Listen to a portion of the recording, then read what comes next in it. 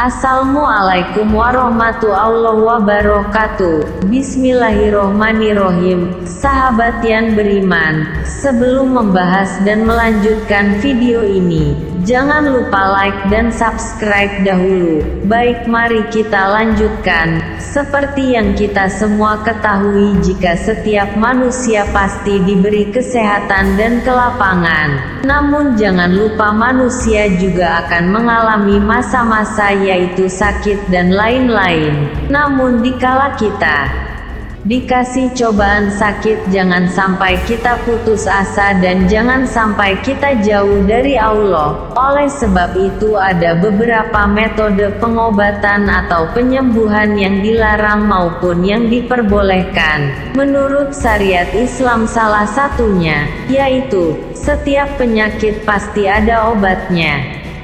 Rasulullah SAW mengajarkan umatnya untuk berobat bila sedang sakit. Berbagai cara dilakukan dan ditempuh untuk mengobati penyakit yang diderita. Ada yang berobat ke dokter, bahkan tak sedikit pula yang melakukan pengobatan secara tradisional. Sebagai agama yang sempurna, Islam telah mengatur adab berobat bagi seorang muslim. Lalu bagaimanakah jika terdapat pengobatan yang melenceng dari aturan Islam? Pengobatan apa saja yang dilarang dalam Islam? 1. Pengobatan dengan babi. Diharamkan bagimu memakan bangkai, darah, daging babi, daging hewan yang disembelih atas nama selain Allah, yang tercekik, yang terpukul, yang jatuh, yang ditanduk, dan diterkam binatang buas, kecuali yang sempat kamu menyembelihnya, dan diharamkan bagimu yang disembelih untuk berhala. Al-Maidah 3. Ayat ini menunjukkan bahwa babi secara zatnya adalah najis dan seluruh badannya adalah najis, sedangkan setiap yang najis adalah haram serta harus dijauhi. Adapun babi ia lebih hina daripada anjing. Akan tetapi anjing dan babi keduanya adalah hewan yang statusnya najis mughadah sehingga wajib untuk mencucinya 7 kali, salah satunya dengan tanah. Bila anjing diperbolehkan untuk keperluan ayat ini berburu atau menjaga ladang, maka babi tidak diperbolehkan memeliharanya sama sekali karena seluruh badannya adalah najis. Oleh karena itu Allah mengharamkan untuk memakan babi. Dalam kaidah ushul fikih dikatakan, setiap yang haram untuk mengambilnya maka haram pula untuk memberikannya. Dan setiap yang haram untuk memakainya maka haram pula untuk mengambilnya. 2. Pengobatan dengan bangkai. Bangkai adalah setiap yang hilang nyawanya tanpa disembelih secara syar'i, baik ia mati karena mati dengan sendirinya tanpa sebab anak Adam atau karena perbuatan manusia. Jika hal itu disebabkan karena disembelih dengan cara yang tidak diperbolehkan, maka semua itu adalah bangkai. Allah berfirman, katakanlah, tiadalah aku peroleh dalam wahyu yang diwahyukan kepadaku sesuatu yang diharamkan bagi orang yang hendak memakannya, kecuali kalau makanan itu bangkai, atau darah yang mengalir, atau daging babi, karena sesungguhnya semua itu kotor, atau binatang yang disembelih atas nama selain Allah.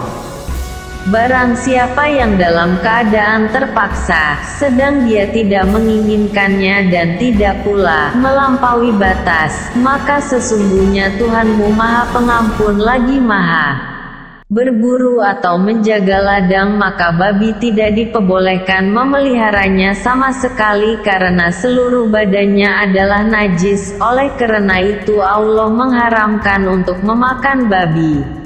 Dalam kaidah ushul fikih dikatakan, setiap yang haram untuk mengambilnya maka haram pula untuk memberikannya. Dan setiap yang haram untuk memakainya maka haram pula untuk mengambilnya. Lagi Maha Penyayang. Al-An'am 145. 3. Pengobatan dengan hammer. Khamar adalah nama untuk setiap air dari anggur apabila telah mendidih dan mengental serta buihnya mulai menghilang. Demikianlah yang dikatakan oleh Abu Hanifah. Sedangkan menurut Abu Yusuf dan Muhammad, ia adalah air anggur yang telah mendidih dan mengental. Terkadang ia berubah menjadi merah. Mazhab Hanifiyah, Malikiyah, dan Hanabilah berpendapat tidak diperbolehkannya meminum khamar untuk dijadikan sebagai obat. Baik khamar itu masih murni atau sudah dicampur. Sedangkan mazhab Syafi'i yang juga menjadi pegangan Imam At-Tabari bahwa diperbolehkannya berobat dengan khamar apabila memenuhi 3 syarat. Berdasarkan riset dokter, kadar khamar tersebut lebih sedikit dengan ukuran tidak sampai memabukkan dan tidak menghilangkan akal, sehingga tidak diperbolehkan berobat dengan sesuatu yang lebih besar daripada itu. Berdasarkan keterangan dokter Muslim, karena selain Muslim tidak diterima kesaksiannya dalam hal kedokteran. Adapun sesuatu yang dapat menghilangkan akal selain minuman atau ganja, maka tidak ada hak bagi orang yang mengkonsumsinya. Sedangkan Imam Al-Ghazali mengatakan, orang yang wajib untuk ditazir dan diasingkan tanpa harus didera. 4. Pengobatan dengan sihir. Sihir secara bahasa adalah setiap yang lembut caranya tapi mengena. Sedangkan secara istilah Imam As-Sankiti mengatakan bahwa ia tidak bisa dibatasi karena banyaknya cara yang dilakukan secara sembunyi-sembunyi. Allah berfirman mengenai haramnya berobat dengan sihir. Sulaiman itu mengerjakan sihir, padahal Sulaiman tidak kafir, tidak mengerjakan sihir. Hanya Saitan-Saitanlah yang kafir, mengerjakan sihir. Mereka mengajarkan sihir kepada manusia dan apa yang diturunkan kepada 2 orang malaikat di negeri Babil, yaitu Harut dan Marut. Sedang keduanya tidak mengajarkan sesuatu kepada seorang pun sebelum mengatakan, sesungguhnya kami hanya cobaan bagimu. Sebab itu, janganlah kamu kafir.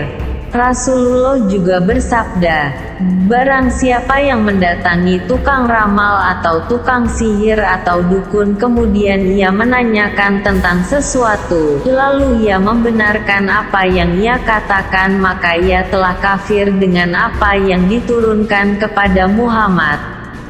Hari Al-Baihaqi dan Al-Bazzar dengan sanad jayyid. Maka barang siapa yang melakukan sihir dalam berobat, maka bahwa ia meminta bantuan kepada jin dan mempraktekkan ilmu-ilmu gaib. 5. Pengobatan dengan menggunakan bius. Menggunakan obat yang dapat menghilangkan kesadaran untuk sementara waktu dalam pengobatan luka atau bedah diperbolehkan, karena hilangnya kesadaran dalam keadaan ini tidak sama dengan seorang yang hilang akal karena mabuk, tapi ia masuk dalam keadaan darurat dan darurat bertingkat dengan kadar daruratnya. 6. Mengambil anggota salah satu anggota tubuh untuk menambal anggota tubuh yang lain. Dalam mazhab Syafi'i, Abu Ishaq As-Sirazi mengatakan, jika orang yang sudah terdesak terpaksa memotong bagian dari tubuhnya sendiri baik bagian paha atau lainnya untuk dimakan, maka hal ini diharamkan tanpa adanya perselisihan. Namun menurut Abu Ali At-Tabari, dan pendapat ini disahkan oleh Ar-Rafi, diperbolehkan untuk melakukan hal itu dengan syarat tidak didapat selain daripadanya. Maka dapat kita fahami bahwa bagi orang yang sudah dalam keadaan darurat, ia diperbolehkan untuk memotong anggota tubuhnya untuk dimakan jika dikhawatirkan apabila ia tidak melakukannya ia akan mati. Dari ini pula bisa kita fahami akan bolehnya tubuhnya yang tidak membahayakannya untuk menambal bagian yang lain. Semoga sedikit penjelasan ini bermanfaat. Jika ada salah mohon maaf. ikuti terus video ini agar tak ketinggalan dengan video-video lainnya. Terima kasih. Assalamualaikum warahmatullahi wabarakatuh.